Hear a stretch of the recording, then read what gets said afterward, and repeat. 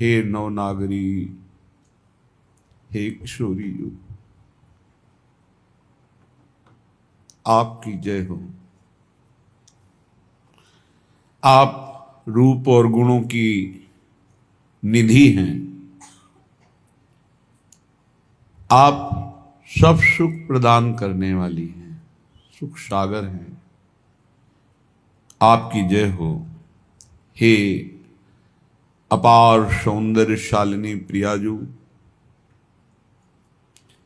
हे उज्जवल प्रेम की विलास की भावनाओं से भरी हुई मेरी स्वामिनी जू,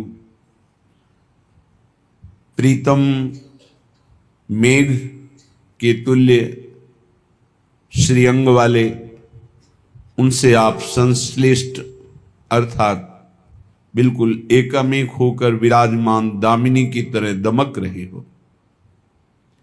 हे कुंज विहारी की प्राण जीवन धन, हे प्राण वल्लभा श्री श्यामा, आपकी जय हो, जय हो। लाडली जू आप परम शोभामयी हैं। श्री बिहारी जू महाराज का मन सदैव आपकी श्रीअंग शोभा को देखकर प्रेम उन्मत्त रहता है।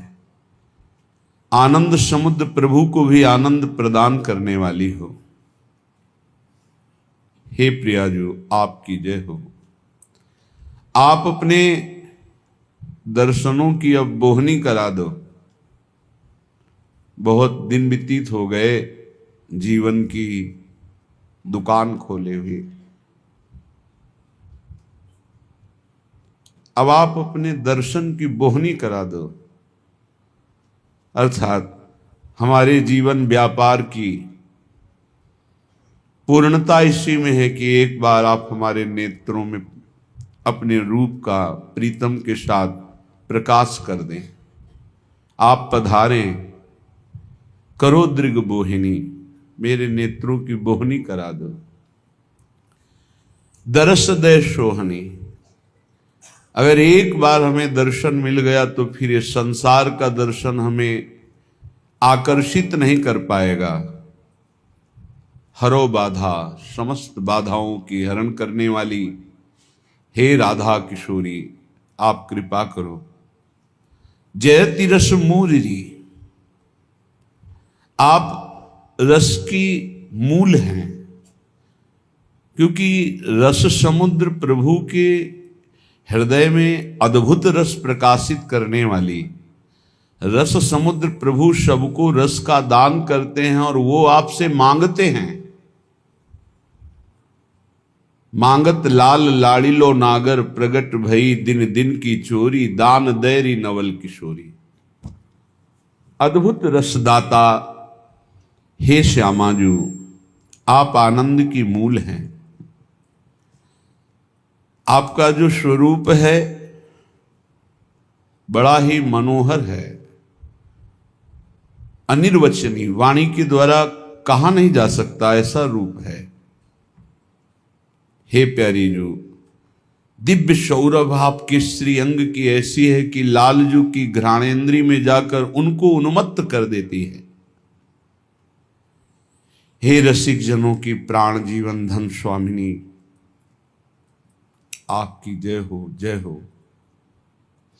मेरी महारानी श्री राधा रानी, श्री राधा रानी, श्री राधा रानी, मेरी महारानी श्री राधा रानी, मेरी प्राणधीश्वरी, सर्वस्व आराध्य देव वृंदावनाधीश्वरी, मेरी स्वामिनी हैं राधा रानी। मैं बिका हुआ उनका दास हूं और वो हमारी स्वामिनी हैं, मेरी महारानी हैं। कौन? बोले श्री राधा रानी। ये बहुत दुर्लभ प्रेम रस है, बहुत दुर्लभ प्रेम रस। प्रायः कर्म धर्मों में फंसे रहते, फिर कोई उनसे निकल करके भागवत धर्म में, फिर कोई भक्ति में नवलक्षणा भक्ति, कोई पूर्ण भक्ति, फिर उसमें प्रेम भक्ति, प्रेम में भी भगवान की विविध अवतारों की भक्ति, उसमें भी मथुरा, द्वारिका, ब्रज। पर ये नवनिवृत्त निकुंज की महाप्रेम, महामाधुर्यमयी, ये बिकने पे आती है। बस हृदय समर, हम कैसे, हमको कुछ मतलब नहीं, हम किनके हैं बस इस बात पर ध्यान देते हैं। हम कैसे हैं अगर ये ध्यान देंगे तो हम एक कदम नहीं चल पाएंगे। हम कैसे ये ध्यान दें तो कभी हम श्री जी को प्राप्त नहीं कर पाएंगे। हम किनके हैं जब ये ध्यान देते तो दौड़ लगा देते, हम श्री जी के हैं। श्री जी ने हमें स्वीकार किया है, हम उनके लायक नहीं पर उन्होंने पसंद कर लिया, अब उनकी पसंद तो अब दौड़ पड़े श्री जी की तरफ। मेरी महारानी, ये बहुत अंदर की बात है, अंदर ये बैठ जाए। बाहर से कूड़ा बन जाओ, अंदर से रत्न जागृत हो जाएगा। कूड़ा बन जाओ, किसी के लायक न रह जाए, कोई अपना न कहे। जब तक किसी के काम लायक होते हैं तब तक हमें लगता है हमको कोई प्रेम करता है, हमारा कोई है। तब तक ये ठसक अंदर पूर्ण रूप से नहीं आती। मेरी महारानी श्री राधा रानी, प्रेम, अद्भुत प्रेम, उज्जवल प्रेम इसी ठसक से आता है। मेरी महारानी, परम पद इसी ठसक से मिलता है। बहुत दुर्लभ बातें हैं जो हम कहा करते हैं, हमारे माई श्यामाजू को राज, बहुत बड़ा इसमें रहस्य छुपा हुआ है। बस हृदय में आ जाए कि मेरे तो श्यामा श्याम दूसरो न कोई, हृदय में आ जाए। मेरी महारानी, मैं बिका हुआ हूं। जैसे रूप लाल हित हाथ बिकानी, तो निधि पाई मन माने। हमें किसी से तात्पर्य नहीं, न नरक से न स्वर्ग से। कल एक बड़े अच्छे संत भगवान हैं, वो कह रहे थे कि हम ब्रज में कैसे दोबारा जन्म ले, ऐसा साधन बताइए। हम ब्रज में जन्म लेना चाहते हैं, उनका जन्म ही क्यों लेना चाहते हैं? सीधे ब्रजराज की लीला में क्यों नहीं प्रवेश हो जाना चाहते? हम क्यों जन्म लेंगे? पता नहीं हमारा जन्म लेने के बाद स्थिति क्या हो। देखो ना, ब्रज में जन्म लेकर क्या ब्रजराज का ही भजन कर रहे हैं? ब्रज में जन्म लेकर क्या ब्रजराज की ही ठसक में है? ब्रज में जन्म लेकर क्या ब्रजराज के विरह में है? जैसे ब्रज गोपी जन रुदु सुश्रम राजन कृष्ण दर्शन लालसा नहीं। तो हमें ऐसा जन्म भले मिले या ना मिले, अगर जन्म ही देना है तो चाहे नारकी योनियों में जन्म देना, पर आपका विरह हो, आपका प्रेम हो, आपका चिंतन हो, ये खास बात है। जन्म होना ना होना इसका कोई मतलब नहीं, इसका कोई मतलब नहीं। यत्र यत्र मम जन्म कर्म भी नारके परमे पदे थवा, नरक भेजो परम पद भेजो, आपकी मौज मालिक, हम तो बिके हुए आपके हैं। तो आपको क्या चाहिए? हमें चाहिए राधिका रत निकुंज मंडली तत्र तत्र हृदय में विराजताम। जहां जहां भेजोगे वहां वहां आपको परिकर सहित हमारे हृदय में रहना होगा, हृदय में स्फुरित रहना होगा। बस जहां मनावे वहां भेजो, जो मनावे सो बनाओ। हमें प्रभु से तन्मयता चाहिए। हम अगला जन्म लेकर फिर साधना करेंगे ऐसा कोई विश्वास नहीं है। कलिकाल है, प्रतिदिन मलिनता बढ़ती जा रही है। अगले जन्म में पता नहीं कैसी स्थिति हो, यहां भजन का भाव हमारा किस कोटि का बने, हमें ऐसा संग मिले कि ना मिले। इसलिए हम इस जन्म में चूक नहीं करेंगे। हम तो इस जन्म में सीधे आपसे मिलना चाहते हैं। आपसे आप मिलकर फिर हमारे साथ हो, जहां चलो चलो। यत्र यत्र मम जन्म कर्म भी नारके परमे पदे थवा, नरक परम पद जहां चाहो चलो, आप चलो साथ हमारे, आपके बिना अब हमारा नहीं कोई। मेरी महारानी श्री राधा रानी, भगवत ऋषि जी महाराज कह रहे, जाके बल में सब सो तोरी, लोक वेद कुल कानी, मेरी महारानी श्री राधा रानी। लोक रीति का त्याग कर पाना बहुत कठिन है, फिर उससे भी कठिन है कुल रीति का, वेद रीति का। इन्हीं में प्राय शास्त्रों में वर्णन किया गया है, जैसे बैल को छोटी रस्सी नाथ से बांधकर बड़ी रस्सी से इशारे से चलाया जाता है, ऐसे ही एक वेद भगवान का शासन है, संपूर्ण जीवों को अपने अधीन किए हुए चलाते हैं। लेकिन प्रेम भगवान को अधीन कर लेता है, इसलिए वेदातीत है। प्रेम उसी के हृदय में स्फुरित होता है जो केवल आराध्य देव की चिंतन वृत्ति में उन्मत्त रहता है। तदर्विता अखिलाचारिता तद स्मरणेन परम व्याकुलते, उसके हृदय में प्रेम, जहां प्रेम आया तो वेदान्न प्रसन्नस्ति, वो वेद का भी त्याग कर देता है। कुल रीति लोक रीति की तो बात जाने दो, वेद रीति का ऐसी प्रेम उन्मत्तता, न लाज तीन लोकन की, न वेद को कहो करे, न शंख भूत प्रेत की, न देव जच्छते डरे, सुनय न कान और की, दृशय न और इच्छना, आठों पहर इष्टाकार वृत्ति। इस बल से लोक कुल वेद इन सब रीतियों का त्याग करके प्रीति रीति को स्वीकार किया जाता है। प्रीति रीति, कुल रीति, लोक रीति, वेद रीति, इन सब का फल है कि हरि के चरणों में प्रीति हो जाए। प्रीति नहीं हुई तो सो सब धर्म कर्म जर जाऊ, जहान राम पद पंकज भाऊ, किस काम के वाए धर्म कर्म रीतियां। प्रीति रीति हृदय में आ जाए। भगवत रसिक जी कहते हमने तो महारानी जी के बल से सब छोड़ दिया, कुल रीति लोक रीति वेद रीति, अब तो महारानी जी राधा राधा, अब तो आप ही, आप चाहो जैसा करो, राधा राधा। अपना जीवन बेच दिया आपको, आपके चरणों सेवा के लिए, आपकी प्रीति के लिए अपने आप को बेच दिया आपको। अब जैसा चाहो पूर्ण स्वतंत्र हो। हैं कौन ये राधा रानी? बोले लाल बिहारी को प्राण जीवन धन, वारी पियत नित पानी, मेरी महारानी श्री राधा रानी। संपूर्ण अनंत ब्रह्मांडों के प्राण जीवन धन श्री बिहारी जो महाराज हैं। इन्हीं से सब कलावतार अंशावतार विविध प्रकार के अवतार होते हैं। सब अवतारों के मूल वृंदावन विहारणे नमः। जो वृंदावन में विहार करते सब इनको नमस्कार करते हैं। और ये सबके प्राण जीवन धन है।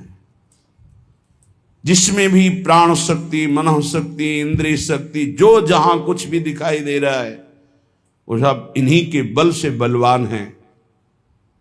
यही सबके जीवन धन है, सबके प्राण हैं, इन्हीं से सबका महत्व है। लेकिन इनका प्राण जीवन धन कौन है? ये वृंदावन रजोपसेवी रसिकों ने देखा। लाल बिहारी को प्राण जीवन धन। प्राण जीवन धन कौन है? बोले श्री राधा, श्री श्यामा जी। ये वारी पियत नित पानी, पानी वार करके पान करते हैं। संजीवनी मूर्य हैं हमारी लाडली जू लालजू की। जैसी हरिवंश मदन सर जर्जर विथकित श्याम सजीवन मूली। दिव्य प्रमोद रससार निजांग संग, पीयूष बीच निचे रभिषेचयंती। कंदर्प कोटि सर मूर्छित नंद सोनु, संजीवनी जयति कापि निकुंज देवी। अहो भाग्य जिनके हृदय में श्यामाजू के चरणारविंद की शरण की भावना आ गई। बहुत बड़ी बात है। लाल बिहारी जी को प्राण जीवन धन है ये हमारी किशोरी जो, जिनके ऊपर जलवार करके स्वयं बिहारी जो पान करते हैं। ऐसी मेरी महारानी श्री राधा रानी। और जो श्री श्यामाजू के चरणों का आश्रय ले लेता है, भगवत रसिक सहायक शब्दिन। शब्दिन शब्द से क्यों कहा, इसका आंतरिक रहस्य। आज हमारी भावना ठीक है, आज हमारे मन इंद्रियां ठीक हैं, अभी 1 घंटे में खराब हो सकते हैं। हो सकता है कल हमारी भावना बिगड़ जाए, तो श्री जी की भावना नहीं बिगड़ेगी। नेक हूं न रिस कहूं, भूली हूं न होत सखी, रहत प्रसन्न सदा, हिये मुख हास्य है। ऐसी सुकुमारी प्यारे लालजू की प्राण प्यारी, धन्य धन्य धन्य तेई जिनके उपास है।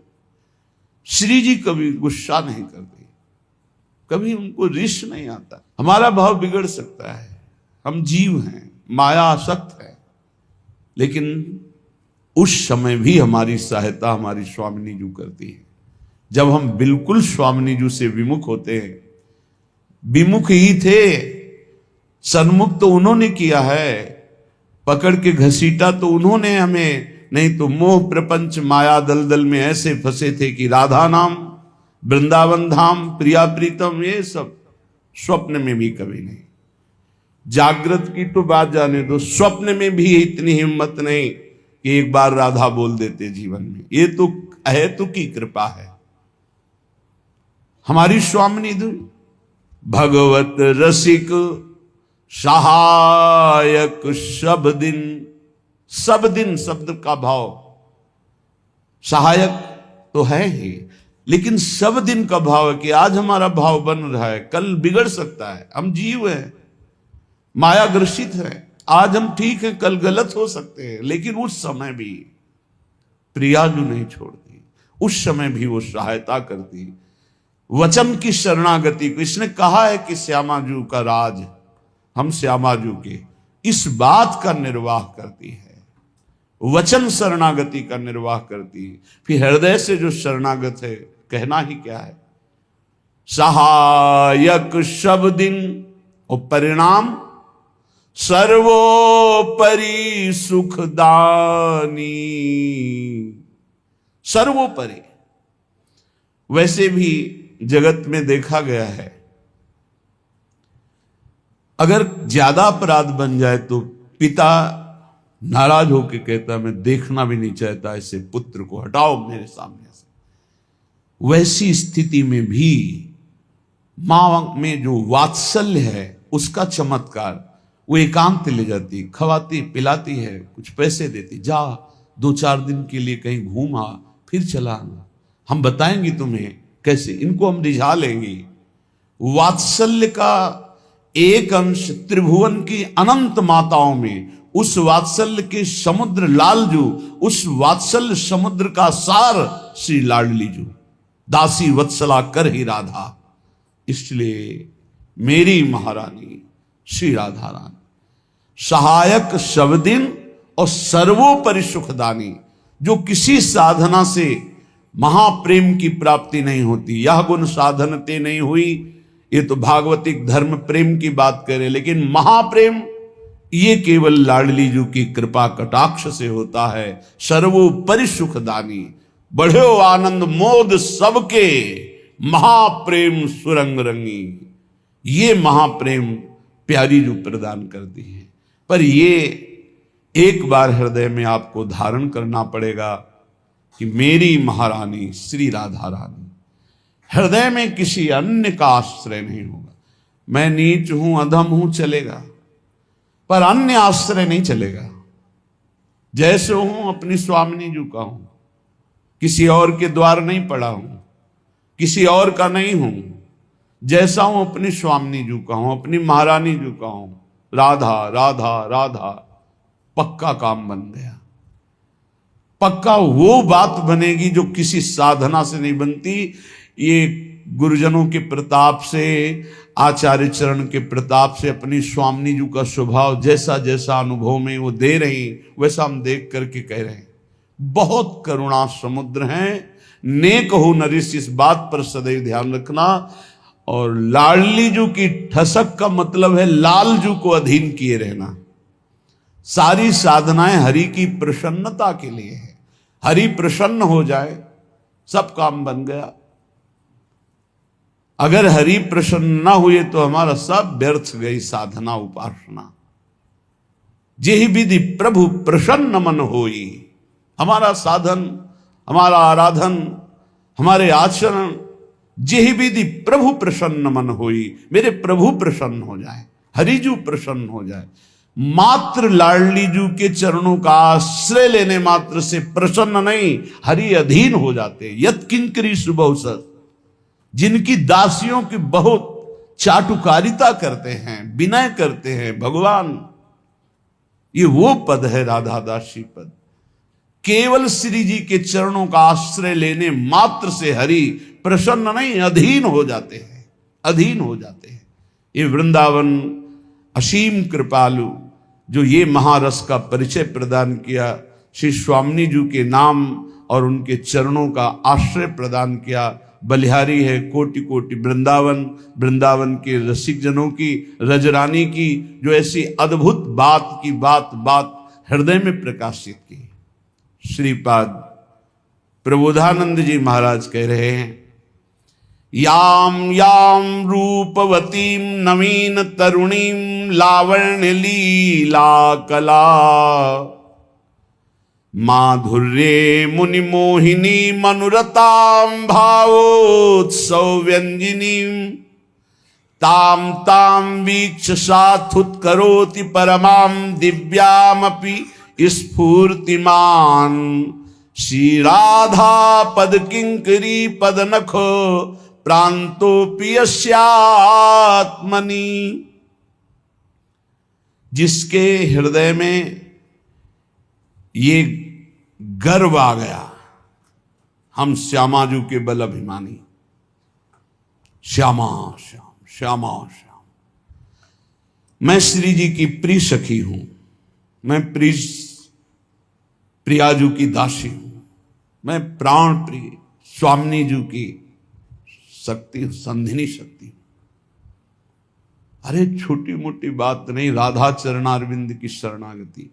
कह रहे हैं याम याम रूपवतीम नवीन तरुणीम लावण्य लीला कला माधुर्येर मुनि मोहिनी मनोरताम भावोत्सव व्यंजनीम। श्रीपाद कह रहे जितनी जितनी त्रिभुवन में सब नवीन तरुणी रूपवती हैं, जो बड़े बड़े अपने लीला लावण्य से मुनियों के मन को मोहित कर ले,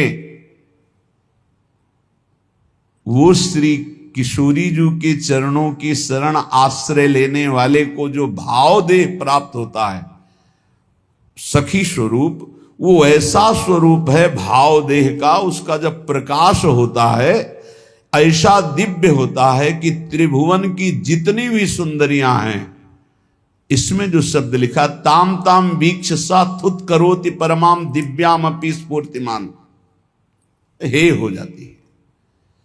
त्रिभुवन की जितनी सुंदरियां सब हे हो जाती है, ऐसा स्वरूप है।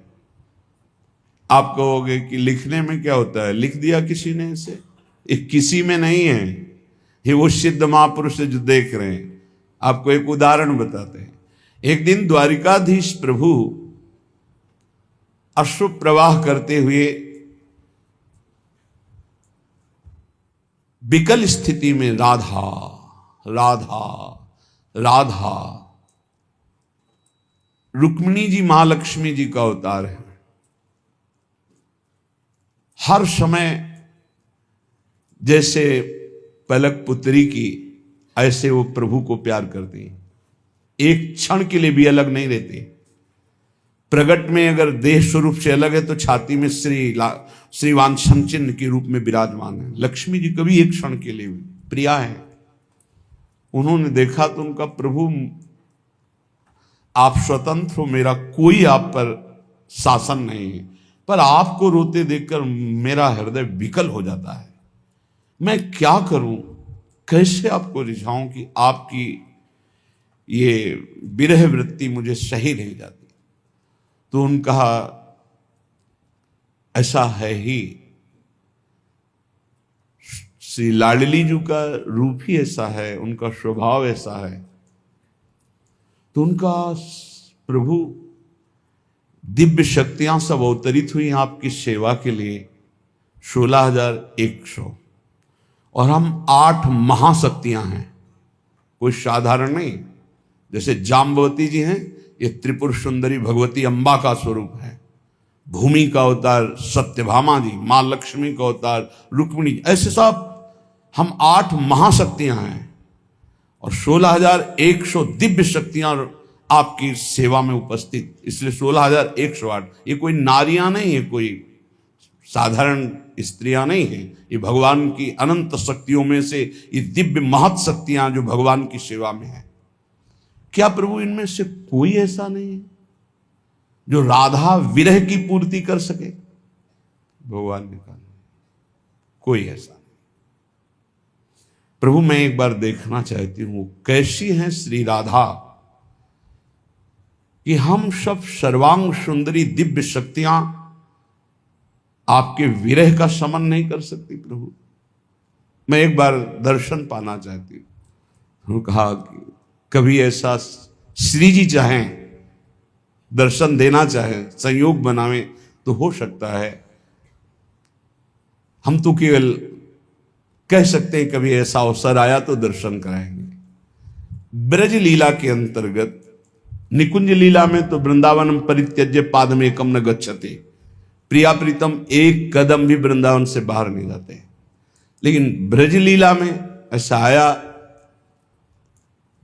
कि सूर्य ग्रहण पड़ा, उस समय कुरुक्षेत्र, ऐसा सब ब्रजवासी परिकर वहां गए। बाबा वृषभानु जी भी, लाडली जी भी अपने परिकर। ये ब्रज लीला के अंतर्गत की बात। उधर से द्वारिका परिकर और हस्तिनापुर से पांडव परिकर, द्रौपदी आदि सब।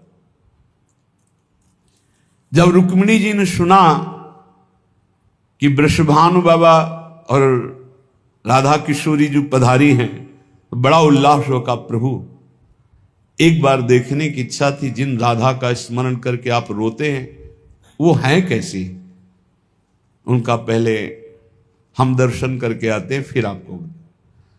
गए प्रभु, लाडली जी से मिले, वो विविध विस्तार पूर्वक प्रसंग है। फिर प्रभु आए और कहा जा सकते हो। रुक्मिणी जी, सत्यभामा जी आदि चली।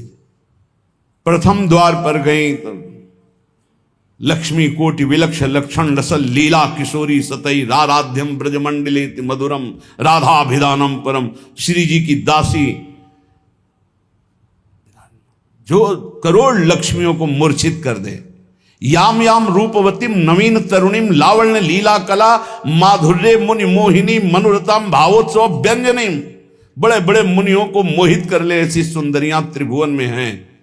वो ताम ताम वीक्ष सा थुत करोती, जिनकी सुंदरता के आगे थुत करोती, वो अक्षरशः सत्य। जीव ही देखा प्रधान द्वार पर ये राधा किशोरी है, सब महालक्ष्मी स्वरूपा श्री रुक्मिणी जी, सत्यभामा जी, सब उनका स्वामी जो अंदर है। तो उनको लगा ये दासी है उनकी दासी इतनी सुंदरी, लक्ष्मी कोटि विलक्ष लक्षण रसल लीला किशोर। कैसे कोई वर्णन करे स्वामी जी के प्रतिबिंब स्वरूप सब दासी। अंदर गई तो ठसक में खड़े हैं। उन्होंने समझा ये तो राधा किशोरी ही है। प्रणाम मुद्रा में उनका स्वामी जी अंदर। 7 देवड़ी में ऐसे उनको आश्चर्य हुआ। जब अंदर गए तो ऐसा तेजो में पीता ऋण अनंत तडिल लता भाम, कि ये दिव्य शक्तियां देख ही नहीं पाए श्री जी को, क्योंकि ये अंश ही है श्री किशोरी जी और ये अंश हैं। जब तक अंशी न चाहे तब तक अंश उनको देख नहीं सकता। जैसे हम अंश हैं, हमारे अंशी श्री हरि हैं सर्वत्र, पर हम नहीं देख पा रहे, और वो कृपा करें, हम आराधना करें, हम पर कृपा करें तो कण कण में वही विराजमान है, कोई अंतर नहीं पड़ेगा। श्री ललिता विशाखादि सहचरियों ने स्वामी जी का चरणामृत उतार कर जब छिड़का, क्यों? चरणामृत में क्या है? सत्प्रेम सिंधु मकरंद रसौग धारा। बिना प्रेम दृष्टि के लाडली जी को ये दिव्य शक्तियां नहीं देख सकती, तो श्री जी के श्री चरणों से प्रेम स्रवित होता रहता है। सत्प्रेम सिंधु मकरंद रसौग धारा, उस प्रेम को जे ही तो दृष्टि, वो सब रोने लगे, सबके अश्रु चल रहे। फिर जब लौट के आए तो यही कहा कि प्रीतम आप कैसे जीते, कितने कठोर हृदय के हैं कि आप जीते हैं, किशोरी जी से बिलग होकर जीते, क्योंकि अवतार लीला का विषय ऐसी। प्रभु ने कहा उत्तर मिल गया ना, आप कहती थी कि आप क्यों रोते हैं। जैसे उद्धव जी, मैं जाऊंगा ज्ञान समझाऊंगा, जब यहां आए तब सोच रहे हैं यहां से जाते हो कि कितने वज्र हृदय के हैं कि वो इन प्रेमी जनों से बिलग होकर जी रहे हैं। ऐसे प्रेम समुद्र का वितरण करने वाली स्वामिनी जी के चरण दासियों का वैभव है। श्री राधा पद किंकरी पद नखो प्रांतोपि यस्यात्मन। श्री किशोरी जी की चरण दासियों की नख कांति प्रकाशित हो जाए तो महाआनंद प्रकट हो जाए। वृंदारण्याधीश्वरी पाद पद्म ज्योति सिंधोराद्य रत्तेक वृत्ते व्यक्तम लीलारूप कैशोर काद्य तद्दासी नाम वृंदमीक्षेति दिव्यम। श्री वृंदावनाधीश्वरी श्री किशोरी जी के चरण कमलों का आश्रय जिसने लिया तो प्रेम ज्योति उसके हृदय में प्रकाशित ही हो जाए। कल्याण तो राधा बोल दिए ना, तुम चिंता मत करो, पक्का समझो। जैसे गरीब किसान को हीरा मिले तो वो कांच ही समझता है कि कहां मेरे भाग्य हीरा मिल सकता है, ऐसे ही राधा नाम आप सुनते हो ना तो आपको ऐसे ही लगता है कि अरे ये वो बात है। एक बार राधा नाम कान में पड़ गया, एक बार जबान से ले लिया तो एक नाम त्रैलोक हितारे। त्रिभुवन में कहीं भी हो राधा नाम सुनने वाला, राधा नाम जापक, परिणाम बताने नहीं आओगे कि हमारा क्या परिणाम हुआ, पर जो सिद्ध महापुरुष बता रहे हैं उनके और अपनी छाती की बात के अनुसार कल्याण तो यहां बहुत छोटी सी बात है। यहां सोहनी की अग्रभाग की टक्कर से मुक्तियों को ऐसे झाड़ दिया जाता है, ये कोई प्रवचन नहीं है। ये प्यारे जू के महल की ठसक की बात सुन रहे हो। वृंदारण्याधीश्वरी पाद पद्म ज्योति सिंधोराद्य रत्तेक वृत्ते। एक वृत्ति केवल ये जागृत हो जाए तुम्हारे हृदय में अत्यंत सौभाग्य से कि हमारी लाडली जो, हमारी प्यारी जो, हमारी महारानी जो, वो इतना महान पावन हो जाएगा कि त्रिभुवन को दर्शन देकर कृतार्थ करने की सामर्थ्य उसमें आ जाएगी। एक वृत्ति केवल ये आ जाए कि श्री लाडली जो हमारी, श्री प्यारी जो हमारी, ये बहुत बड़ी बात है। ए लालजू सर्वे सर्वा हैं, लेकिन लालजू के भी सर्वे सर्वा सर्वेश्वरी रासेश्वरी है। ये अंतर की बात समझो। जहां थोड़ा प्रेम आ गया किसी भगत के अंदर तो महाराज उसके चरण दाबने में भी हिचकते नहीं है। तो लालजू के हृदय के प्रेम समुद्र का सार रूप हमारी महारानी जू के चरणों का जिसने आश्रय ले लिया, कितना कृपालु लालजू हो जाएंगे। द्रुत कनक सुगौरी मंगवल्ली दधानाम नव तरुणी मल्लीला कांतिपूरैरपाराम विपुल जघन खेलत वेणिमाश्चर्य रोचिर नव कनक महेंद्र प्रेक्ष वक्षोज लक्ष्मी। बहुत करुणामय स्वरूप हमारी स्वामिनी जी का है। अगर भाव में जरा भी झलक जाए तो चिल्ला चिल्ला कर रो, ऐसा आनंद आनंद का तूफान उठता है। ऐसे नेत्र हैं प्यारी जी के कि वाणी की सामर्थ्य नहीं, कहा कहो एक जीव री सखी, बात की बात। रुचिर मनोहर वक्र विलोकन सुरत समरदल गंजन, जैसे हित हरिवंश कहत न बने छवि। हित सजनी जो देख रही, अरे देख क्या रही, अंजन जो लगाती उन्हीं आंखों में, वो कह रही रुचिर मनोहर वक्र विलोकन सुरत समरदल गंजन, जैसे हित हरिवंश कहत न बने छवि। सुख समुद्र मन रंजन, ऐसे खंजन मीन मृगज मद मेटत, कहा कहो नैनन की बातें। ऐसे सुंदर नेत्र प्यारी जी के करणायक, लज्जा भरे, प्रेम भरे, ऐसे रस भरे, करुणा भरे कि देखते ही रोने का, चिल्ला के रोने का मन हो। ऐसा स्वरूप हमारी प्यारी जी का। द्रुत कनक सुगौरी मंगवल्लीम दधानाम, नव तरुणी मलीलिया कांति पूरैर पाराम। ऐसी स्वर्णवत सुंदर गौरांगी प्रियाजू, नौ किशोर स्वरूप, विशाल वेणी, मानो सुमेरु की शोभा को भी मात कर रहे। सुमेरु कंचन वर्ण और 7 कुंभ तनु गोरी, और अनंत सहचरियां घिरे हुए, और लाल जो महाराज एकटक रूप रस का पान करे, तो मुख चंद्र चकोरिए नैना। ऐसी स्वामिनी जो जहां विराजमान है, श्रीपाद कह रहे हैं अब मुझे वृंदावन का जो आश्रय मिल गया, वास मिल गया, तो श्री जी मिल जाएगी, इसमें कोई संशय नहीं। वागवाणा प्रपतंतु मर्मसु सतम पाद प्रहारा शिरो, देशे संतु सतम सतम ध्रुमनाहारा सतम संतुआ। स्मारम स्मारमथापि जीवन धनम तद गौर नीलम हो, द्वंद्वम सांद्र शाब्द मूर्ति मुदितो वत्स्यामि वृंदावने। कह रहे हैं कि यदि मुझे कोई 100 गाली दो रोज दे और लातों से मारे, सतम पाद प्रहारा शिरो, 100 लात रोज हमारे लगे, तो भी मैं वृंदावन नहीं छोड़ने वाला। बात पकड़ो, कुछ है।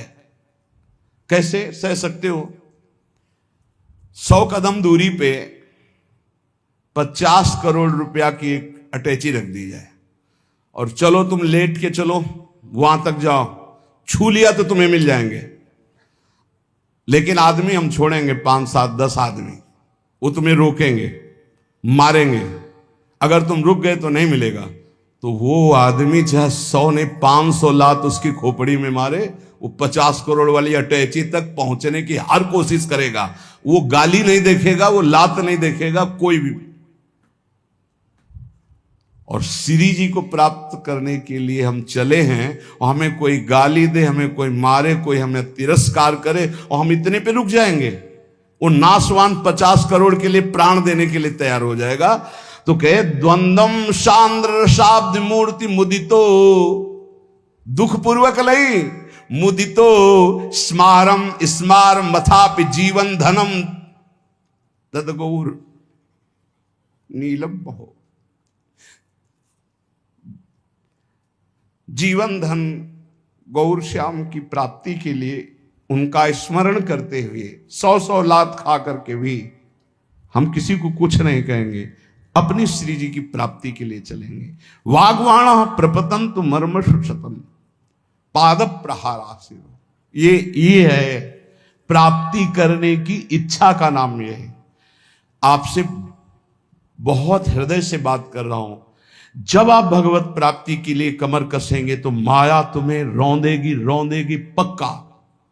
वो या तो इतनी अनुकूलता दे देगी कि आप प्रमाद में भूल जाओ, और या हर कदम में प्रतिकूलता दे देगी कि चलना मुश्किल हो जाएगा। अब क्या करूं? उस स्थिति में भी चाहे सर्वस्व नाश हो जाए, मैं श्री जी को नहीं छोड़ सकता। मैं भगवत प्राप्ति की किसी भी तरह से अब इसमें गुंजाइश नहीं, मैं और साझा नहीं कर सकता। सिर्फ भगवत प्राप्ति, जीवन भगवत प्राप्ति के लिए हर कष्ट सहूंगा, पर श्री जी को नहीं छोड़ सकता। बस हो गया। वाग्वाणा प्रपतंतु मर्म सुसतम पाद प्रहारा सिरो। चाहे जितना कष्ट दो, 100 लात मारो, 100 गालियां दो, हम वृंदावन नहीं छोड़ेंगे, हम प्रियाजू की उपासना नहीं छोड़ेंगे। सब छूट जाए, सब नष्ट हो जाए, आप जानो आपका काम जाने, हम आपको नहीं छोड़ सकते। स्मारम स्मारम मथापि जीवन धनम। तो क्या मिलता है? बोले वो स्मरण करता हुआ, बार बार स्मरण करता हुआ अपने जीवन धर्म गौर श्याम प्रिया प्रीतम ऐसा मुदितो, ऐसा आनंदित रहता है कि उसको परवाह नहीं रहती कौन गाली दे रहा है, कौन मार रहा है। ऐसी उत्तम स्थिति वत्स्यामि वृंदावने, मैं ऐसे वृंदावन में वास करूंगा, चाहे मुझे कोई मारे, चाहे गाली दे, चाहे अपमान करे। भुक्तम जन्मनि जन्मनि प्रियवधू श्रक चंदनाद्यम त्वया अहंकारस्तु न शांते वसुयसो वौहर्जितम नाद्य तत्। बहुत सुंदर बात कह रहे हैं।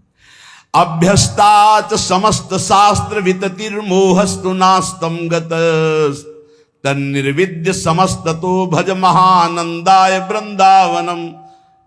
जन्म जन्म में हमने बहुत भोग भोगे, काम भोग भी भोगा है, नववधू, माला चंदन, नाना प्रकार की सुख सामग्री, बहुत अहंकार था, बड़े बड़े पदों में गया, कुछ नहीं, आज फिर वैसे का वैसा हूं। भाई मेरी प्रार्थना मान लो ऐसे आप भी हो, कभी आप भी देवता बने होगे, स्वर्ग के भोग भोगे होगे, कभी नरक गए होगे, कभी नाना प्रकार की और योनियों में गए होगे, सब भोगा, सब कर लिया, भगवत प्राप्ति नहीं की एक बार भी। अब हिम्मत कर लो, बहुत शास्त्र पढ़ लिए, ज्यादा पढ़ने की जरूरत नहीं। कह रहे हैं अभ्यस्तात समस्त शास्त्र विततिर मोहस्तु, मोह ही होगा, अज्ञान ही बढ़ेगा। क्या अष्टांग योग में चलें कि ये सिद्धि प्राप्त करें, कि इस मार्ग में चले, कि इस मार्ग में चले। बहुत शास्त्रों का ज्ञान होना दुर्भाग्य ही है। कोई कह सकता है ऐसा कैसे कह सकते हो? क्योंकि वो निर्णय ही नहीं कर पाता मैं किधर चलूं। हजारों मार्गों का ज्ञान है, एक कदम नहीं चला किसी मार्ग में तो दुर्भाग्य नहीं और क्या है। निर्णय निकला, पूरा जीवन हो गया, हर किलोमीटर का ज्ञान है, हर रास्ते के, लेकिन चले एक कदम नहीं कि उस किलोमीटर के बाद फिर क्या है। अब गए ही नहीं तो अनुभव ही नहीं है। ऐसा शास्त्र ज्ञान किस काम? आपको भारत के हर मार्ग का ज्ञान है, किलोमीटरों का, लेकिन आपने यात्रा किसी भी पावन तीर्थ की नहीं की, तो बैठे बैठे इस ज्ञान से क्या आप परम पवित्र हो जाएंगे क्या? आपने कभी अवगाहन नहीं किया किसी तीर्थ का, किसी धर्म क्षेत्र का, किसी पुरियों का, धामों का, और आपको सब ज्ञान है। वो ज्ञान किस काम का? हलवा की पूरी प्रक्रिया बनाने के आप एक सांस में बता जाओगे, लेकिन कभी बना के पाया? बोले नहीं, तो फिर मतलब क्या रहा? ये शास्त्र ज्ञान तभी सार्थक है जब भगवत साक्षात्कार करो। तो श्रीपाद कह रहे हैं अहंकारस्तु न शांत, ये अहंकार तुम्हारा शांत नहीं होगा। अभ्यस्ता च समस्त शास्त्र विततिर मोहस्तु नास्तम गत, मोह तुम्हारा नहीं जाएगा चाहे जितने शास्त्र पढ़ लो। तो बोले क्या करें, आप उपाय बताओ। तो बोले हम उपाय आपको बता रहे हैं। महा आनंदाय वृंदावनम भज, भज माने तो सेवा, सेवन कर वृंदावन का, वृंदावन का आश्रय ले, वृंदावन धाम आ जा, रसिकों का संग कर, प्रियालाल के अनन्य हो जा, ज्यादा जानने की जरूरत नहीं। सबसे बड़ा ज्ञान सतवस्तु श्यामा श्याम, वैराग्य इनके सिवा सबसे, प्रीति इनके नाम रूप लीला धाम से, गति इनके चरणारविंद की सेवा, बस इतना ही ज्ञान चाहिए। इतना ही सार ज्ञान है। ये बुद्धि को दौड़ा दौड़ा के थका करके बस प्रभु के चरणों में बैठाल देना है, यही साधना है। श्रीपाद कह रहे कि अब मेरे हृदय में एक बात बैठ गई कि वृंदावन का आश्रय लेकर प्रिया प्रीतम की आराधना करो, इसी में परम विश्राम है। संत वाणी, जो भगवत प्रेमी, भगवत प्राप्त महात्मा जन हैं, वो हमारी छोटी छोटी त्रुटियों से लेकर बड़ी त्रुटियों का सुधार करने के लिए शास्त्र के वचनों का अनुभव करके बोलते हैं। जीवन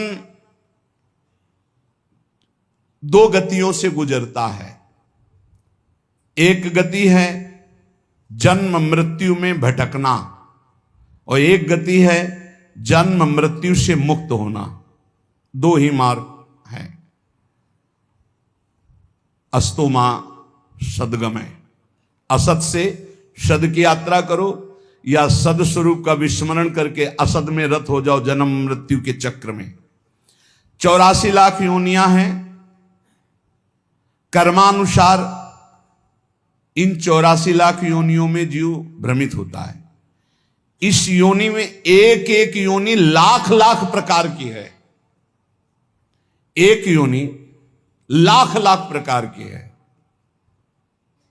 अब जैसे रेंगने वाली योनि, अब रेंगने वाले में कितने प्रकार के जीव हैं, सांप हैं, खनखजूर हैं, केचुआ, कितने प्रकार के जीव हैं रेंगने वाले में। एक है जलचर, अब जल में कितने प्रकार के जीव हैं, वायु में उड़ने वाले कितने प्रकार के जीव हैं। एक एक योनि में लाख लाख योनियां, उन लाख लाख योनियों में कई कई बार जन्म। अरे बड़ा प्रपंच है, बड़ा दुर्गति है जीवों की। अन्य योनियों के साथ जो दुर्व्यवहार हो रहा है बहुत ही घृणित है। कैसे तुम्हें बता, 1.5 घंटा धीरे धीरे जला जला करके पका रहे हैं पशुओं को, फिर उन्मत्त होकर मदिरा पान करके उसका खान पान कर रहे। क्या कैसी दुर्गति जीते जीव अपनी कर रहे हैं। 84 लाख योनियों में एक एक योनि में लाख लाख प्रकार की योनियां, एक एक योनि में लाख लाख बार जन्म होना। ऐसे थोड़ी ये प्रपंच हाहाकार ऋषि जन इसलिए कर रहे हैं कल्याण कर ले, भूल मत कर। यही एक चांस है मनुष्य दे जिससे तू अपना कल्याण कर सकता है, अन्य योनियों में नहीं। अब सोचो उस जीव की क्या हालत है, हाथ पैर बंधे हुए, लोहे की छड़ में फंसा हुआ है, आराम से धीरे धीरे अग्नि उसे जला रही, वो कीक रहा है, चिल्ला रहा है और वो आनंदित हो रहे हैं। वो थोड़ा थोड़ा पीते जा रहे हो, देख रहे हैं पक रहा है। पका लो, तुम्हारे तो खाने के काम में आएगा, तुम खाने के भी काम में नहीं आओगे। ऐसी तुम्हारी हालत काल करेगा, जब वो जलाएगा तो तुम खाने के काम में भी नहीं आओगे। बहुत होश में, बहुत होश में, बहुत होश में। ये कर्म तुम्हारा कहीं बख्शने वाला नहीं, तुम्हें दंड देगा। 84 लाख योनियां, एक केवल मनुष्य योनि जिनमें आप अपना उद्धार कर सकते हो। मानव जीवन गिने चुने श्वासों वाला है, गिने चुने श्वासों वाला। इतनी श्वासें आपकी हैं, बस प्रतिपल माइनस होता चला जा रहा है, खत्म होती चली जा रही।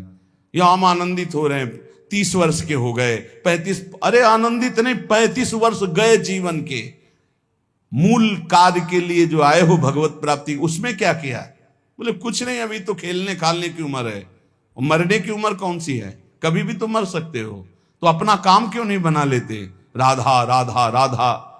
यही अवसर है जीव आवागमन के अनादि चक्र से अपना छुटकारा करके अपने स्वरूप में स्थित हो सकता है, भगवत प्राप्ति कर सकता है। जन्म मृत्यु का चक्र कब तक चलेगा अकल्पनीय, कल्पना भी नहीं कर सकते। काल चक्र आपको घुमाता रहेगा, इसलिए मनुष्य जीवन में भगवत प्राप्ति का अवसर है। ये काम, क्रोध, लोभ और मोह, ये 4 प्रधान ऐसे हैं जो इस चक्र को चलाते रहते हैं। आवागमन, पुनरपि जननम पुनरपि मरणम पुनरपि जननी जठरे शयनम, ये चक्र चलाते रहते हैं। काम, क्रोध, लोभ, मोह, इन्हीं को नरक की गति कहा गया है। इनमें से किसी में भी एक में पैर पड़ जाए, काम में, क्रोध में, लोभ में, मोह में, फौरन चारों आज करके उसे घुमाने लगेंगे, बार बार जन्म, बार बार मरण। नरक की दारुण यंत्रणा हर योनि में उसको प्राप्त होगी। केवल मनुष्य योनि ऐसी जिससे अपने को बचा सकते हो। केवल मनुष्य ही सत्कर्म करने में स्वतंत्र है, नवीन कर्म करने में स्वतंत्र है। अन्य प्राणी तो पूर्व में जो संचित कर्म गोदाम लगा उसी को भोगते रहते हैं। वो अशुभ कर्मों का नाश करते रहते हैं भोग भोग करके, वो नवीन कर्मों का उपार्जन नहीं कर सकते। मनुष्य नवीन कर्म उपार्जन कर सकता है। मनुष्य कर्म करने में स्वतंत्र है। मनुष्य ही है जो अपने कर्म संस्कारों को भस्म कर सकता है, दूसरा कोई योनि नहीं। अब उसे सोचना है कि जो आपके गंदे कर्म जमा हैं उसमें और प्लस करना है या आग लगाना है पूरी गोदाम को। स्वतंत्र हो आप। काम क्रोध लोभ मोह ये जिनके जीवन में है, निश्चित समझो उनका जन्म मरण पक्का है। जन्म मरण पक्का है। इन चारों को मिटाने के लिए चार ये पहलवान ताल ठोक के खड़े हैं। काम क्रोध लोभ मोह ये शत्रु, तो सत्संग परोपकार वैराग्य और नाम जप, ये चार ऐसे हैं कि इन चारों को चटनी बना देंगे। रोज सत्संग सुनो, अपने भोजन में से चाहे एक रोटी निकालो, रोज दूसरों के उदर में जाने वाला विधान करो, परोपकार की भावना और वैराग्य। जननी जनक बंधु सुत दारा, तन धन धाम सुहृद परिवारा, सबकी ममता ताग बटोरी, मम पद मन बांध बरडोरी। छोड़ दो भगवान के भरोसे में और अपने कर्तव्य का पालन करो। ज्यादा चिंता मत करो, चिंतन करो प्रभु का, वो सब संभाल लेंगे। अनंत ब्रह्मांड संभाल रहे हैं। तुम्हारे परिवार में तो 2 4 6 लोग ही होंगे। वैराग्य सब भगवान का है, भगवान देखेंगे। जो जैसा कर्म करेगा वैसा भोगेगा। राधा राधा राधा। और अपने कर्तव्य का पालन, जिसके प्रति जो संबंध है ईमानदारी से आप करो, लेकिन राग मत करो। और नाम जप, सत्संग परोपकार वैराग्य और नाम जप, इसके द्वारा इस चक्र का नाश कर दो। काम क्रोध लोभ मोह इनकी मिटिया मेट करने के लिए सामर्थ्य है ये सत्संग परोपकार वैराग्य और भजन। अब भगवत धाम और नरक ये 2 हैं। चयन करो तुम्हें कहां जाना है।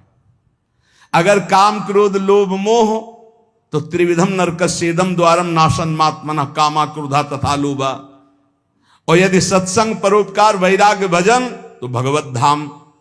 ये 2 गतियां हैं।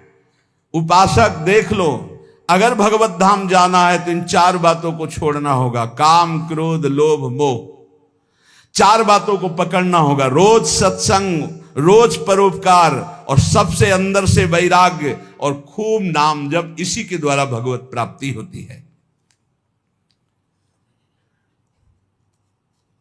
तीर्थपाद भगवान श्री हरि के जो गुणानुवाद लीला कथा है, ऐसा नशा चढ़ जाना चाहिए कि कभी तृप्ति नहीं होनी चाहिए।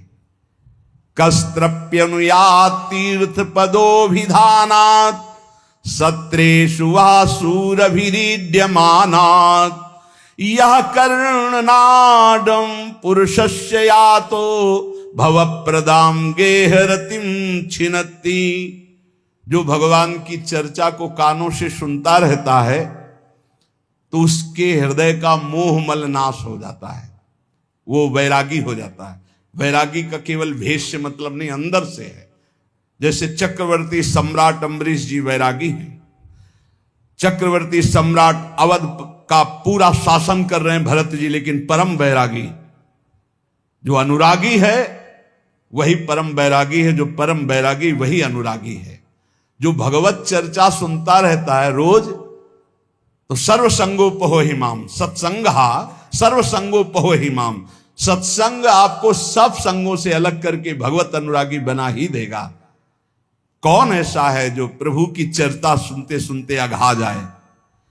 नारद आदि महात्मागण, बड़े बड़े साधुजन जिनका सदैव यश गान करते रहते हैं, अहोभाग्य है उन मनुष्य शरीरधारियों का जो अपने कर्ण रंध्रों से भगवत चर्चा सुनते रहते हैं।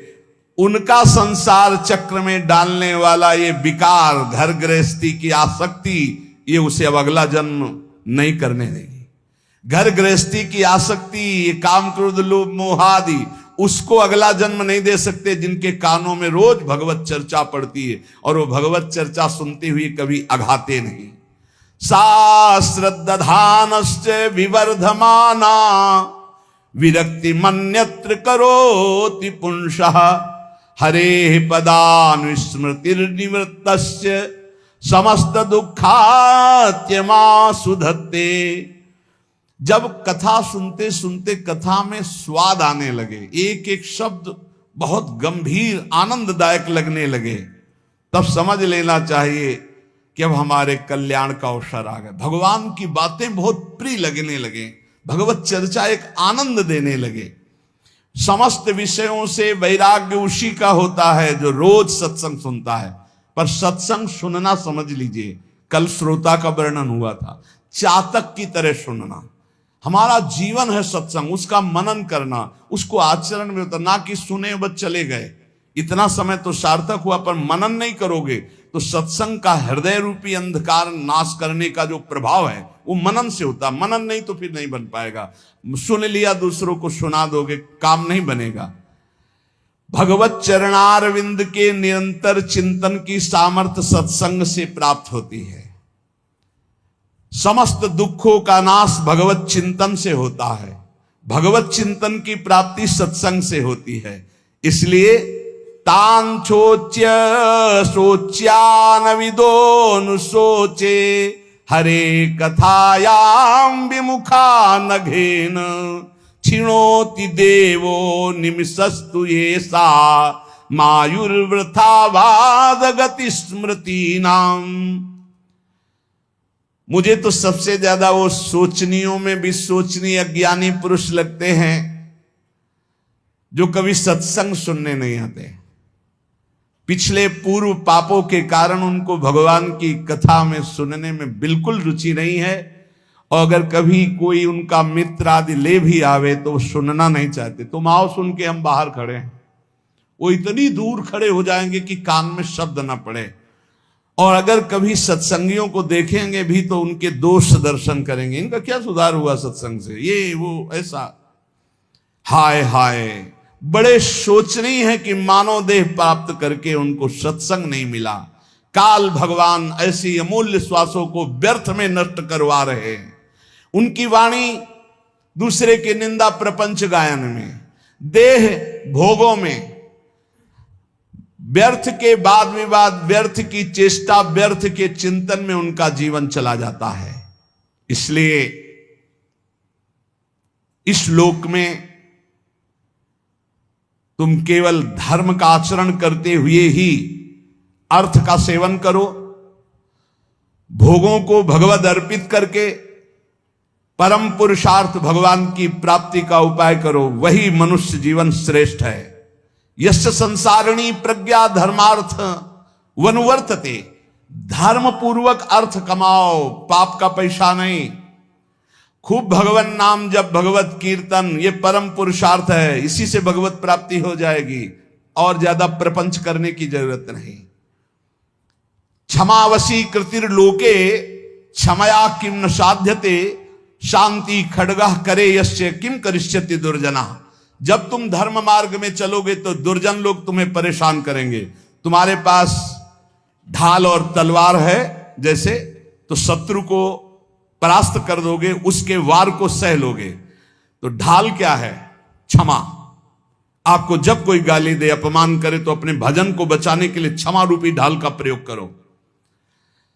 और दुर्जन जब प्रहार करते हैं, निंदा करते हैं, अंदर से बाहर से, अंदर से काम क्रोध आदि, तो शांति रूपी तलवार से काट दो। शांत रहो, चुप रहो, क्षमा कर दो। क्षमा रूपी ढाल, शांत रूपी तलवार, इससे आप क्रॉस करते हुए चले जाओगे भगवत मार्ग में आगे। स्वर्ग के देवता, बड़े बड़े देवता जिसको नमस्कार करते हैं, वो कौन सा पुरुष होता है? बोले वो दो प्रकार के होते हैं।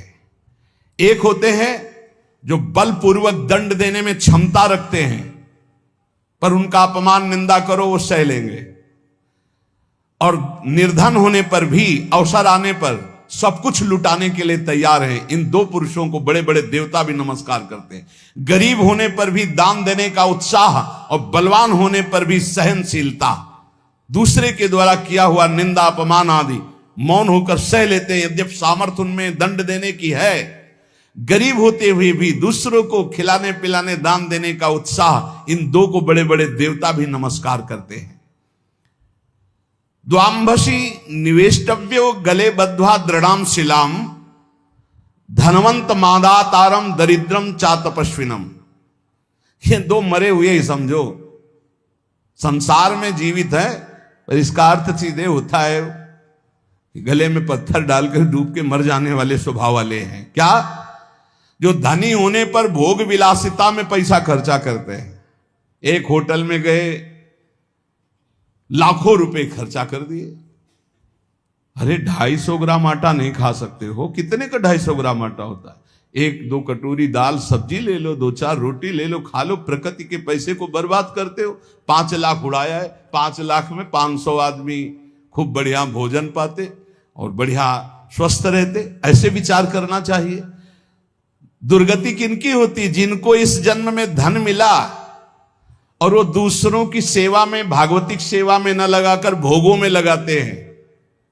पीछे वाले श्लोक में था, कह रहे द्वाविमौ पुरुषो राजन स्वर्गस्योपरि तिष्ठितः प्रभुश्च क्षमया युक्तो दरिद्रश्च प्रदानवान। जो गरीब होकर दूसरों को दान देने का उत्साह रखता है वो, और जो बलवान होने पर दूसरों को क्षमा कर देता है वो, इन दो को देवता भी नमस्कार करते हो। देवलोक के भी ऊपर गति पाने वाला है।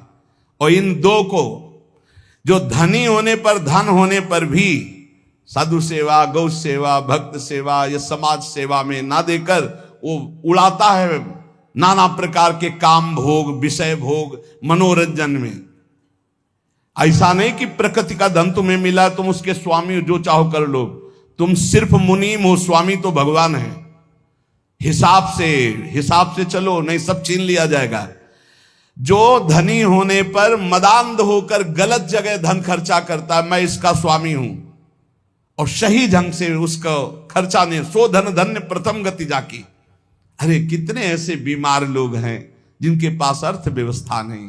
कितने भूखे लोग ऐसे हैं जिनके पास भोजन व्यवस्था, हम कह रहे हैं बहुत वास रहित लोग हैं जिनकी वास व्यवस्था नहीं। तुम्हारे पास धन बड़ा है, अरे कितने कितने करोड़ ऐसे मनोरंजन में। पूरे भारत में एक एक कुटिया बना दो, एक एक गांव में तो एक एक परिवार तो रह जाएगा। धन का सदुपयोग है दूसरों के सुख में लगाना, अपने मनोरंजन में लगाना नहीं। अपनी आन बान शान किसमें है? भगवान प्रसन्न हो जाए, इसमें नहीं है कि संसार जान जाए कि हमने इसके लिए इतना पैसा खर्चा किया। दुर्गति होती है। धन अगर वो धर्म विरुद्ध आचरणों में जा रहा तो तुम स्वामी के द्वारा दिए हुए धन का अपमान करो। तुम स्वामी नहीं हो, लक्ष्मीपति नारायण है, तुम थोड़ी हो। तुम तो मुनीम हो, तुम्हें केवल पुण्य बल से उतना अधिकार मिला है, छीन लिया जाएगा, देख लेना। इसी जन्म में दोनों क्रियाएं देखी गई। मदोन्मत्त हो जाने से श्री वैभव अंतर ध्यान हो जाता, खत्म खेल, पूरा जीवन जेल में काटो। और जो दरिद्र होने पर कष्ट सहकर भगवान नाम जप करके अपना काम नहीं बना लेता है, भोगों के लिए ललचाता हुआ दूसरों की चाटुकारिता करता है, दोनों मरे हुए पुरुष हैं ये, मरे हुए। जिन हरि भगत हृदय नहीं आनी, जीवित सौ समानते प्राणी। हरणम च परश्वानाम परदाराभिमर्शनम सुहृदश्च परित्यागस्त्रयो दोषा छयावहा। महान धर्मावतार भगवान की परम प्रेमी विदुर जी, ये जो दूसरे को फुसलाकर या जबरदस्ती या किसी भी प्रभाव से दूसरे की संपत्ति का अपहरण करते हैं, या मित्र की पत्नी या व्यवहार बनाकर या प्रलोभन करके दूसरे की स्त्री के साथ सहवास करते हैं, और जो अपने मित्र के साथ दगाबाजी, धोखाबाजी, सुहृदों का परित्याग करते हैं, इनको निश्चित दुर्गति प्राप्त होती है। ध्यान से सुन लो, यही निर्णय करने वाले हैं। धर्मराज का सीधा अवतार विदुर जी हैं और धर्म का अंशावतार युधिष्ठिर जी हैं। सीधा धर्मराज ही आए हैं विदुर जी के रूप में। वही कह रहे, हरणम च परश्वानाम परदाराभिमर्शनम, में बहुत बड़ा पाप है। अपनी भागवतिक पद्धति से स्वीकार की हुई अर्धांगिनी के सिवा किसी माता बहन की, वो तुम्हारी दुर्गति कर देगा, या अपने पति के सिवा किसी और, वो तुम्हारी दुर्गति कर देगा। परदाराभिमर्शनम, आयु क्षीण हो जाती है, श्री क्षीण हो जाती है। आपको लगता है, कहते हैं कुछ लोग ऐसा कहते हैं कि आप जो जो वर्णन करते हो सब उसमें बड़े मौज से है। तुमको बताया है आखिरी इच्छा पूर्ति की जाती मरने वाले की। इनकी आखिरी इच्छा है तुम अजर अमर तो हो नहीं तो देख लेना इनकी क्या गति होगी। भैया 2-4 बार डकैती से सफल हो गया तो लाखों रुपया उड़ा रहा, तुम कह रहे हो बड़े मौज में, और जिस दिन पकड़ा जाएगा ना और फिर जब दंड उसको मिलेगा तब आप देखने नहीं जाओगे कि उसको क्या क्या दंड मिलता है। ऐसे ही जब यमपुरी में जीव जाता है यहां से कर्म करके, तो शास्त्रों में पढ़ो, तुम्हें शास्त्रों तक पहुंच नहीं और विश्वास नहीं तो तुम मानते नहीं हो कि नरक है। जो दूसरे का धन अपहरण करता है, दूसरे की स्त्री का संसर्ग करता है, मित्र बना करके, व्यवहार बना करके पराई स्त्री के साथ सहवास करता है या पराय पुरुष से सहवास करता है, जो अपने सुहृद मित्र को धोखा देता है, परित्याग करता है, ये सब नरक जाने वाले पाप हैं। भक्तम च भजमानम च तवास्मीति च वादिनम त्रिनेतात शरणम प्राप्तान विषमेपि न संत्यजे। जो तुम्हारा भक्त हो, तुम्हारी सेवा में रहा हो और एक बार हृदय से कह दिया कि मैं आपकी शरण में हूं, ऐसे 3 प्रकार के मनुष्यों के संकट आने पर पूर्ण रूप से सहयोग करना चाहिए। गृहस्थ में अपने कुटुंब में जो सबसे बूढ़ा हो उसको सबसे पहले भोजन देना चाहिए, धर्म का आदेश है। यहां बहू और लड़का कॉफी और समोसा और चाय छान रहे और बूढ़े टुकुर टुकुर हेर रहे हैं, अगर कुछ कहें भी तो डांट देंगे, तुम्हें घर में तो रहना है, बना लेना चाय पी लेना, हमें ऑफिस जाना है, और ज्यादा बात किए तो 2-4 थप्पड़ मार दिए मां के पिता के। कुटुंब में सबसे पहले भोजन का अधिकार किनको है? गरम गरम भोजन बना के पहले वयोवृद्ध, फिर दूसरा अधिकार बच्चे, फिर तीसरा अधिकार अपने जो आए हुए जन हैं, जो घर के जन हैं। बनाने वाला सबसे बात के, ये नहीं कि बनाने वाला पहले चक छान के फिर जो मनाया सो परोस दिया। ये वो रसोई में कभी कमी नहीं हो सकती जो ऐसी रसोई होगी।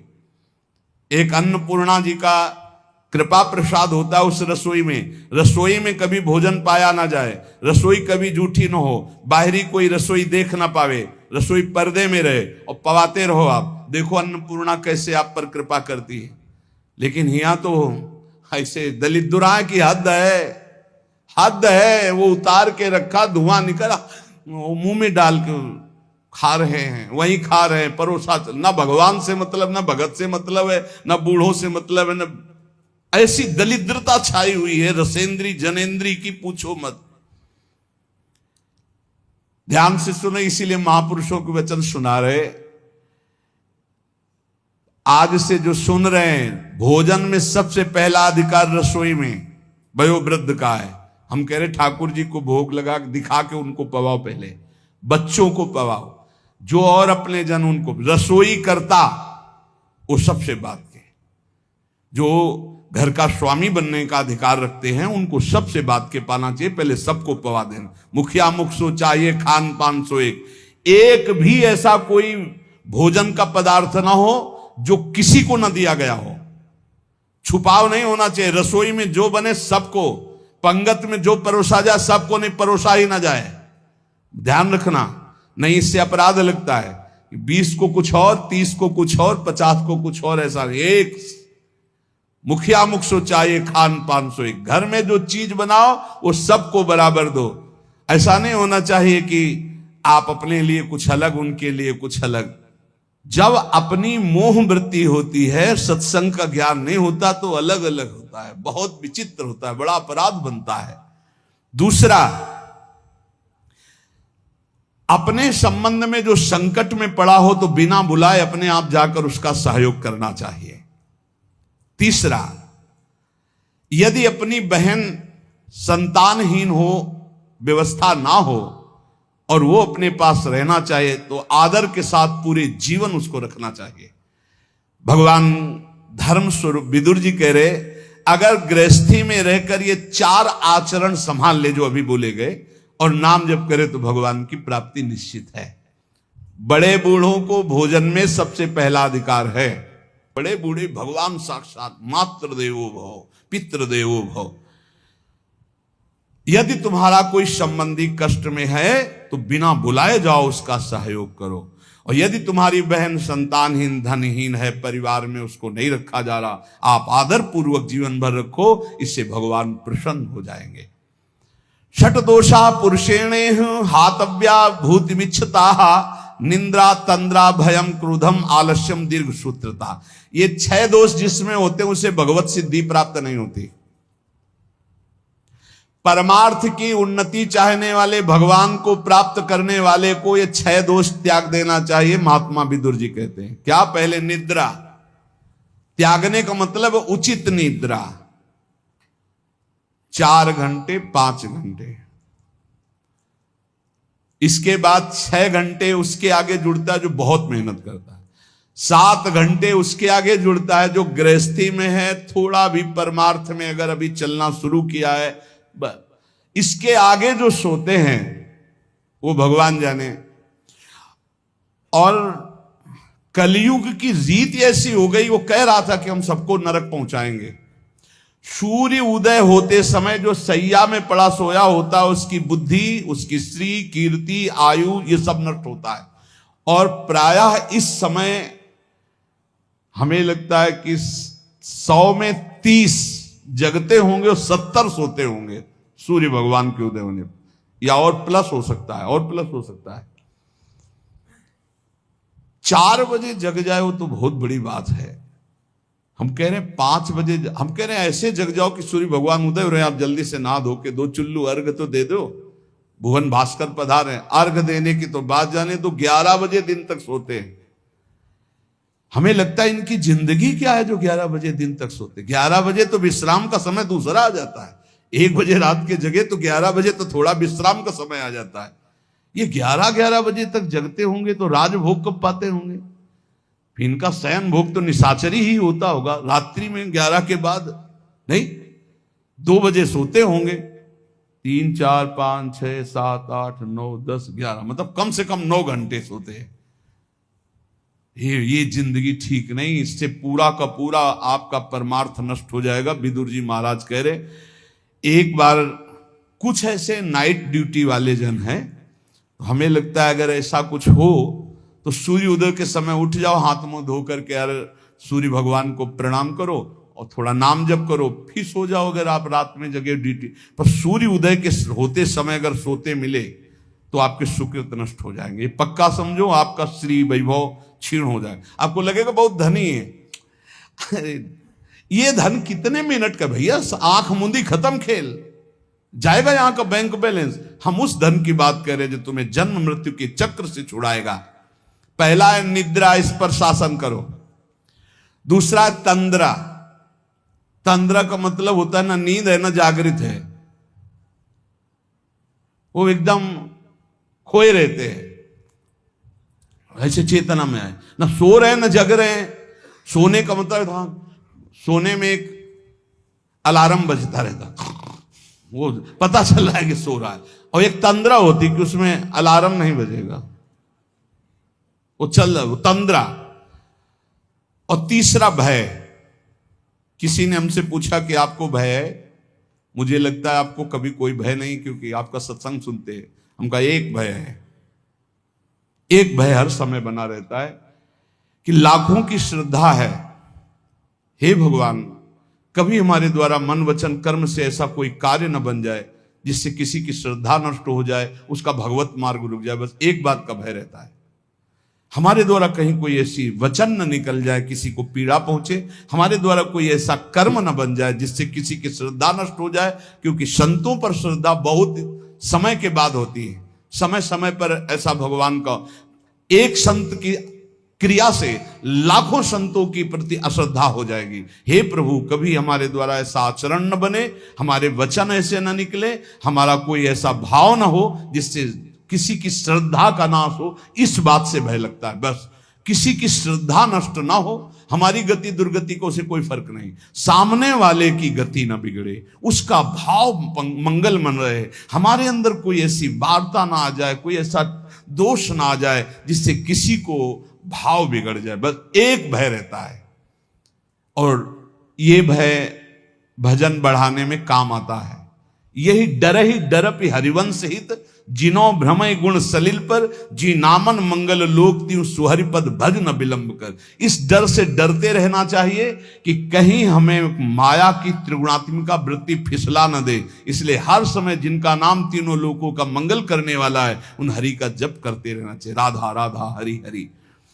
और भय, ये अन्य भय भगवान की प्राप्ति में बाधा पहुंचा देगा।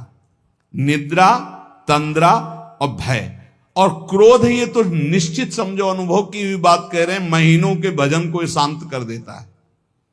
जो भजन का तेज उत्पन्न होकर ज्ञान प्रकाशित करता है, उसी को बैठाल देता है। क्रोध नहीं आना चाहिए, गुस्सा नहीं आनी चाहिए। और आलस्य, ये आलस्य भजन मार्ग में बहुत ही घातक है।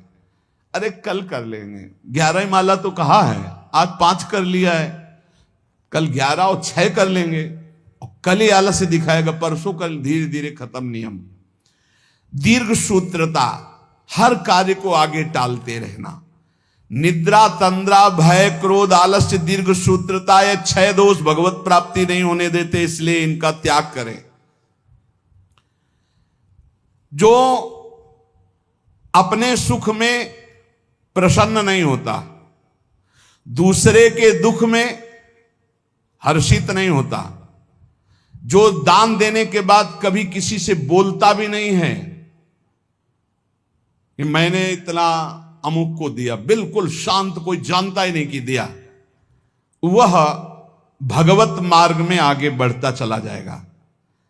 चाहे जैसा सम्मान, प्रियता, सुख, अनुकूलता, बिल्कुल गंभीर। दूसरे का दुख देखकर दुखी होना, ना कि हर्षित होना। और अपना जो दान है वो कोई जान न पावे कि हमने दिया है। ऐसे 3 प्रधान आचरण ये हैं जो भगवत मार्ग में आगे बढ़ाते हैं। एक भक्त थे, एक दिन वो कह रहे थे कि हमारे हृदय में एक प्रबल लालसा जागृत हुई, जैसे छत्रपति वीर शिवाजी ने अपने गुरुदेव को सब कुछ दान कर दिया। मेरा हृदय कहता है मैं अपने गुरुदेव को अपने प्राण तक दान कर दूं, फिर भी मैं संकुचित हूं कि गुरुदेव को मेरे प्राण किस काम में आएंगे। जब मैं देखता हूं कि अपने गुरुदेव को जो देना चाहता हूं अरुचि है, तब मुझे लगता है क्या करूं जिससे मैं अपने गुरुदेव को प्रसन्न कर लूं। अंदर ये बात जरूर है, और ऐसा नहीं कि वो कोई साधारण पुरुषों में कि घर गृहस्थी के ऐसे ही नहीं, ऐसे नहीं, अरबों खरबों का वैभव है उनके पास, बस ऐसे साधारण पुरुष की तरह रहते हो। दोनों पति पत्नी रो के ऐसे कह रहे थे, हृदय में लालसा पर जब मैं देखता हूं कि मेरे पास जो कुछ है वो सब घास फूस है उनके लिए, तब लगता है क्या ऐसा कर दूं कि मेरे गुरुदेव प्रसन्न हो जाए। ये बात जिनके हृदय में बनी रहती है कि मेरे इष्ट देव कैसे प्रसन्न हो, मेरे गुरुदेव कैसे प्रसन्न हो, वो कभी दोष कर ही नहीं सकते। बोले मुझे कभी कुछ नहीं चाहिए, न परम पद चाहिए, न कुछ भागवतिक चाहिए, न लौकिक चाहिए, आपकी केवल मुस्कुराहट चाहिए कि मेरे गुरुदेव प्रसन्न रहे। बस इसी बात से मैं जलता रहता हूं कि मैं क्या करूं जिससे मेरे गुरुदेव प्रसन्न हो जाए। ये बात जिनके गुरु प्रसन्न तो साहवन कूला, मिटी सकल कल्पित भयशूला। जो समुद्र पर्यंत पृथ्वी का वैभव प्राप्त होने पर भी खुश नहीं होता, ये खुशी का विषय नहीं। खुशी का विषय है भगवान की प्राप्ति होना। जो प्रचुर धनराशि का स्वामी होकर भी उसका भोग नहीं करता, अपनी इंद्रियों को वश में करके उतना ही उचित। एक हमने देखा बड़ा वैभव था, लेकिन वो उतना ही प्रयोग करते थे जितना, अगर उनको 100 ग्राम पानी की जरूरत है तो 5 ग्राम पानी भी एक्स्ट्रा नहीं गिरने देंगे। कहते हैं प्रकृति का है ये, उतना ही लो जितना आपको जरूरत है, बिजली उतना ही लो जितनी जरूरत है, वस्तु बहुत है लेकिन उतना ही प्रयोग करो जितना जरूरत है। वो प्रकृति की है, भगवान ने आपके हिस्से में दी, प्रकृति की सेवा में लगा दो। समुद्र पर्यंत पृथ्वी का वैभव, प्रचुर धनराशि का स्वामी होकर भी जो अपनी इंद्रियों पर अधिकार रखता है, फूला नहीं होता, अभिमान नहीं करता, उचित प्रयोग करके दूसरों की सेवा में लगाता है, वो भगवत प्राप्ति के लिए आगे बढ़ जाता है। और जो उसका इंद्रियों के वश होकर भोगों में व्यतीत करता है, वो ऐश्वर्य से भी भ्रष्ट हो जाता है और दुर्गति को प्राप्त होता है। अनुसूयायाम आर्जवम शौचम संतोषा प्रिवादिता दमः सत्य मनायासो न भवंती दुरात्मनाम। किसी के गुणों में दोष ना देखना, सरल स्वभाव रखना, पवित्र वस्त्र, पवित्र शरीर, पवित्र विचार रखना, संतोष, प्रिय वचन, इंद्रियों को भोगों से हटाना, सत्य भाषण करना और क्लेश तनिक भी मन में ना आने देना। संतुष्टायन के हर स्थिति में प्रसन्न रहना सीखो। बोले ये भगवत प्राप्त होने वाले पुरुष के लक्षण हैं। फिर देख लो, किसी के गुणों में दोष ना देखना, अर्थात किसी में दोष दर्शन ना करना, किसी में भी। एक ने 2-3 दिन पहले कार्तिक में प्रश्न किया कि हमारा संतों के प्रति दोष दर्शन होता है, क्यों? क्या आपको दोष दर्शन होता है? क्या आप संतों से? पता नहीं, ऐसे मन हमारा नहीं। तुमका तुम्हारा मन पापी है इसलिए दोष दर्शन करता है, पाप है तुम्हारे अंदर इसलिए दर्शन होता है। अगर पवित्र हो जाए, भी चश्मा ठीक हो तो देखो आप। बोले कई बार जैसे सत्संग सुनते हैं, सब बातें सुनते हैं तो विश्वास नहीं होता। तो अशुभ कर्म करने वाले को विश्वास होगा, पापात्मा को विश्वास होगा। पापवंत कर श्रेष्ठ स्वभाव भजन मूर्ति भाव न काओ। अशुद्ध आचरण करोगे, दूसरों पर दोषारोपण करोगे। अभी अपना चश्मा ठीक कर देख, भगवान के सिवा कोई नहीं है, सच्चिदानंद प्रभु के। बोले मन मेरे बस में नहीं। हम कहा नहीं, उसको डांटिए। बोले भी नहीं है बस में। तो हम कहा आप अपनी बेटी की तरफ गंदी दृष्टि से देख सकते हो? बोले नहीं। उनका बहन की तरफ? बोले नहीं। तो गुरु की तरफ कैसे देख सकते हो? केवल बकवास। ऐसा तुम्हारा मन है? अगर ऐसा मन है कि जो तो फिर ऐसा भी कर सकता है, नहीं तो फिर ऐसा कैसे कर सकता है? शासन में एक तरफ छूट दे दो, एक तरफ उसको नहीं, ऐसा नहीं। मन पर शासन बुद्धि का हो और बुद्धि पर शासन शास्त्र और सदगुरुदेव का हो, तब चलता है। किसी के भी गुणों में तुम्हें दोष देखने का अधिकार नहीं। तुम अपने दोष देखो। बुरा जो देखकर मैं चला, बुरा ने मिलिया कोई, जो दिल खोजूं आपनो तो हम सब बिरानो हो। पक्की बात है, ईमानदारी से। अगर बुराई देखने चलो तो अपने हृदय रूपी महल में घुस के देखो तो अभी पता चल जाएगा। अनुसूया किसी के गुणों